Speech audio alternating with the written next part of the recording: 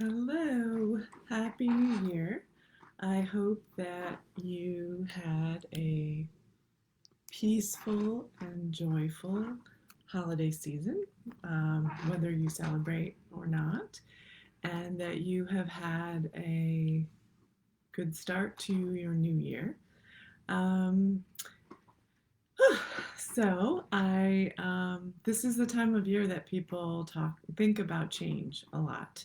And hello. And January is the time that people focus on making change in their lives. But I do want to put out there that you can create change in your life at any point in the year. There's really nothing special about January 1st other than just this idea of a clean slate for 12 months. But you can have that same clean slate on April 1st or October 15th.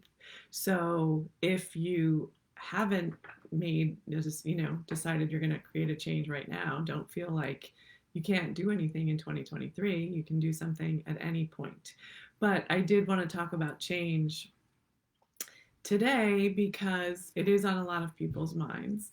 Um, and I think in some ways, people, when they start thinking about it in January, they put a lot of unnecessary pressure on themselves. And we know that it's about 9 to 12% of people are actually successful with their New Year's resolutions. And there are reasons for that, but it doesn't have to be that way. And so my goal for today is if you are trying to create change in your life, that you are part of that 9 to 12%. I want to set you up for success and help you create the change that you want.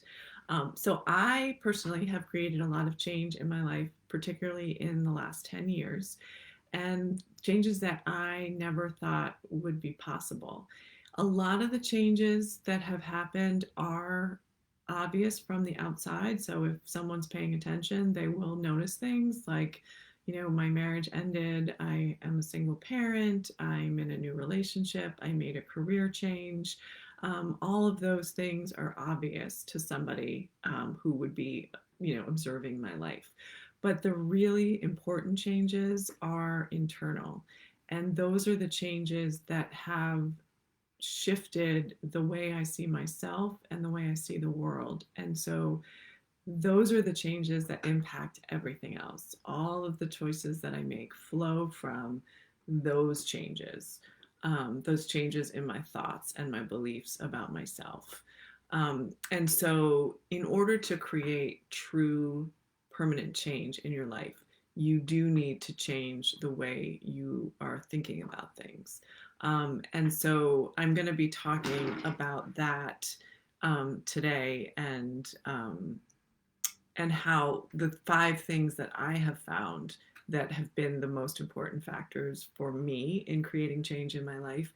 I don't think they're the only things that you need, but I do think that they are really key. And if you have them, they will serve you really well in moving in the direction that you want to move. So the first one is self-honesty. If you want to create permanent change, if you want to create meaningful change in your life, you've got to be really honest with yourself about where you are, how you're feeling, and where you would like to be and how you would like to feel. And that can be very uncomfortable and very vulnerable because you may have to admit things to yourself that you're not happy about. And that could be something about your relationship, it could be something about your job, it could be something about your life. And a lot of the time we have those realizations, and our first instinct is to just shove them down because, oh no, I'm not going there. I can't think about that. It's just gonna, it's a whole can of worms, and I don't want to open that up. But if you really want to create change in your life that's going to really impact your life, the desire for that change has to come from you. It cannot come from somebody else's expectation of what you should be doing. So you want to make sure that you're really clear that the steps that you're taking are being motivated by something that you truly want. So I'm going to give you an example from my life of a change that didn't work out so well. This was early on in my marriage, and my ex-husband is a really great cook, and he loved being in the kitchen, and he really would have loved for me to join him and, like, cook together or kind of take turns with different recipes. And I don't like cooking. I've never liked it. It's just not something that I enjoy. I love to eat, but cooking, not so much. But because I knew it was important to him, and because I knew it would mean a lot to him, I decided that I was going to make that change.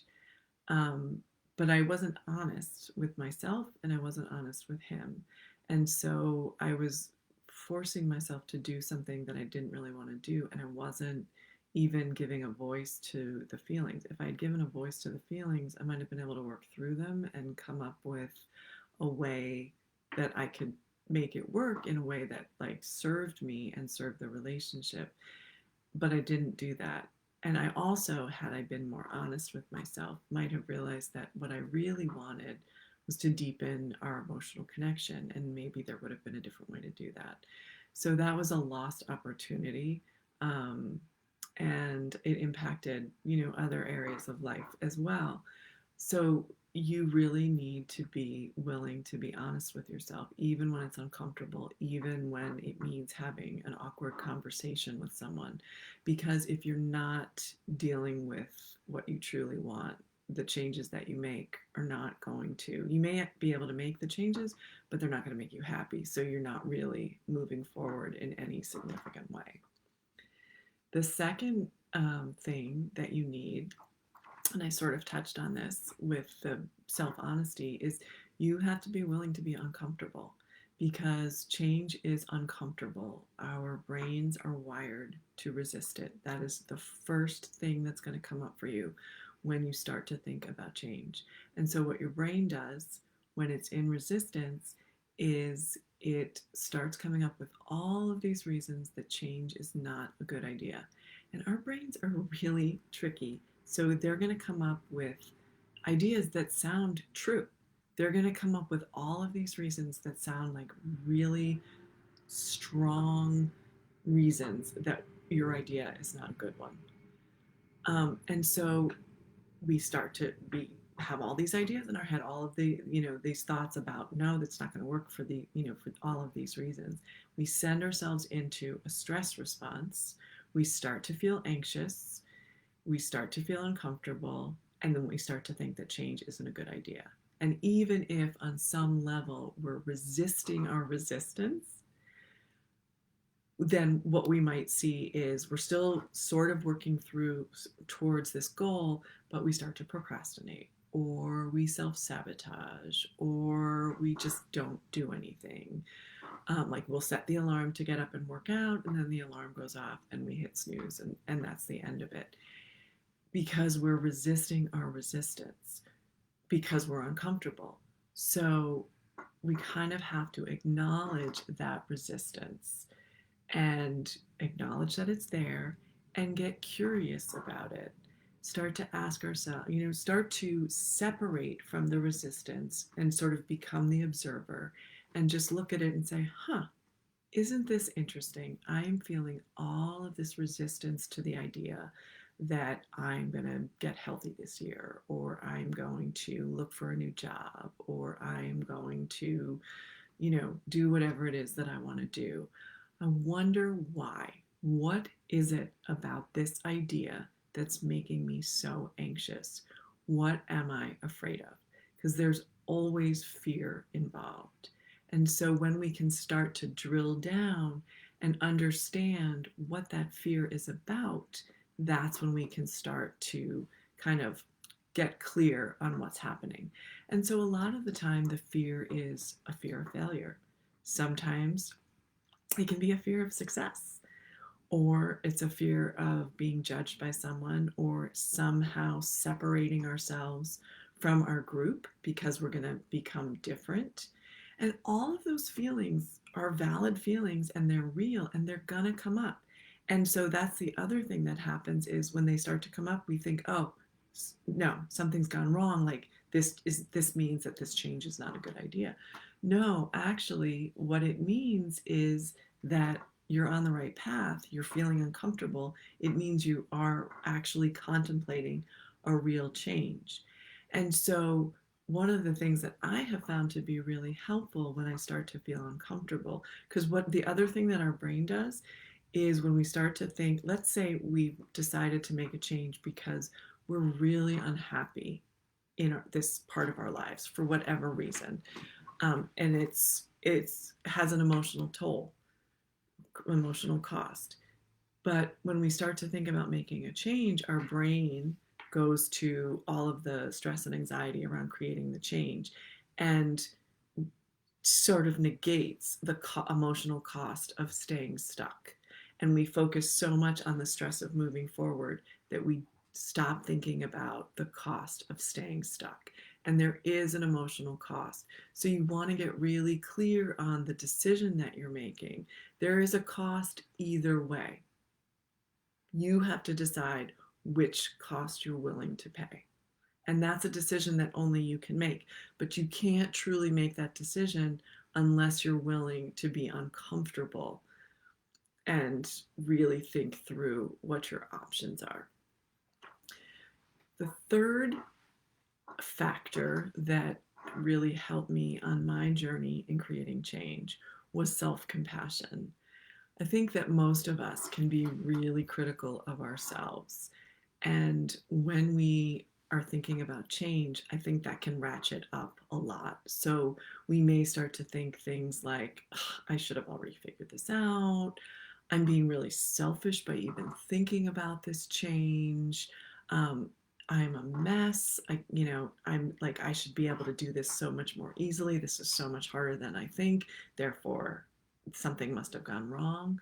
But the truth is that change is messy and it's uncomfortable and it's really brave. It takes courage. So, the first thing you want to do is give yourself credit for showing up for yourself and being willing to be vulnerable, being willing to even admit that you want to create a change. And then the second thing is you want to realize that messiness and awkwardness and mistakes, that's part of the change. If you think about anyone you know who's created change in their lives, I don't care who it is. It could be Oprah, it could be Kate Middleton, it could be anybody. Any change that they've created has not come without its share of stress, of mistakes, of failure. It's part of the human condition. It is part of the process. And so when something goes wrong, nothing has gone wrong. That's just part of the deal. So don't judge yourself for being human. Don't judge yourself for making mistakes or being messy or, um, failing. That is part of the process. Give yourself grace, cheer yourself on, be kind to yourself. The process of moving forward, of creating this growth, is going to happen much more quickly when you can be kind to yourself. We think that when we beat ourselves up, it's more productive. The opposite is true. The kinder you can be, which doesn't mean you don't hold yourself accountable, doesn't mean you don't say, hey, you know what? Yeah, tomorrow we're going to get up and the alarm's going to go off and we're getting ourselves to the gym. And it might not be pretty, but we're going to be there. We're going to do the workout. We're going to move our bodies. Maybe we're not running 5 miles. Maybe we're going to run 2, but we're going to do it. We're going to get up there and we're going to move. We're going to take steps to move forward. But you can do that in a way that is still kind to yourself and still acknowledging the courage that you're showing by showing up. The next thing you want to make sure you have is belief in yourself. You cannot create change if you don't believe that it's possible. And I understand that when you're thinking about a big change in your life, it doesn't always feel possible. And that's okay. If that's where you are, that's okay. But I want you to lean into the possibility that you can create that change. And if you can't see how you're going to get to, you know, that the top of the mountain, you're going to think about taking that first step. That's all you got to do today. Take one step. Just move yourself forward in the smallest way. You're moving forward. That's all we care about. Moving forward, one step at a time.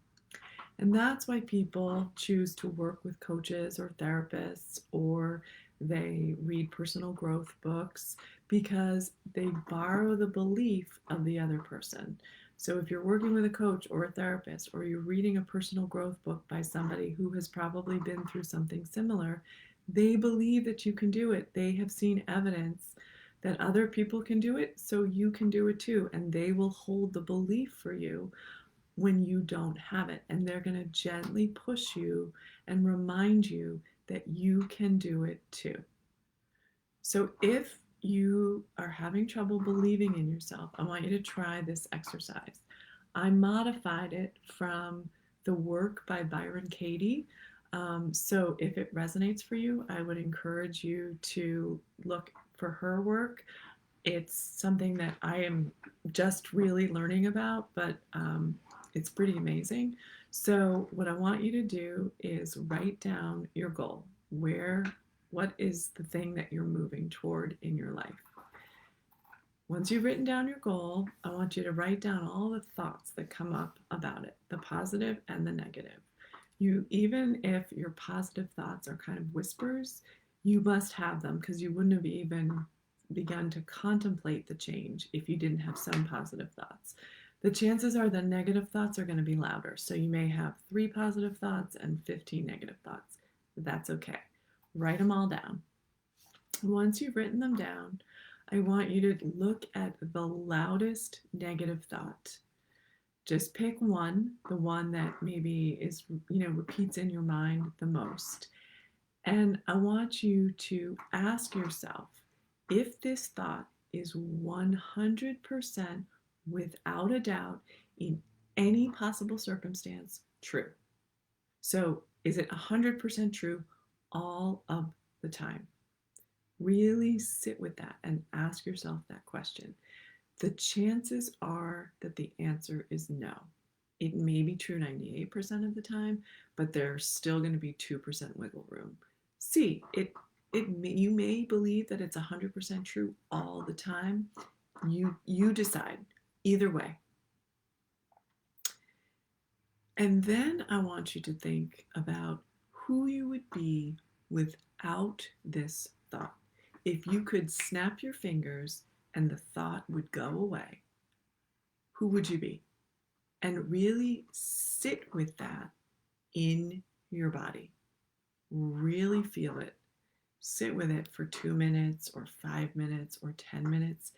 Really internalize who you would be without this thought. Really feel it in your body.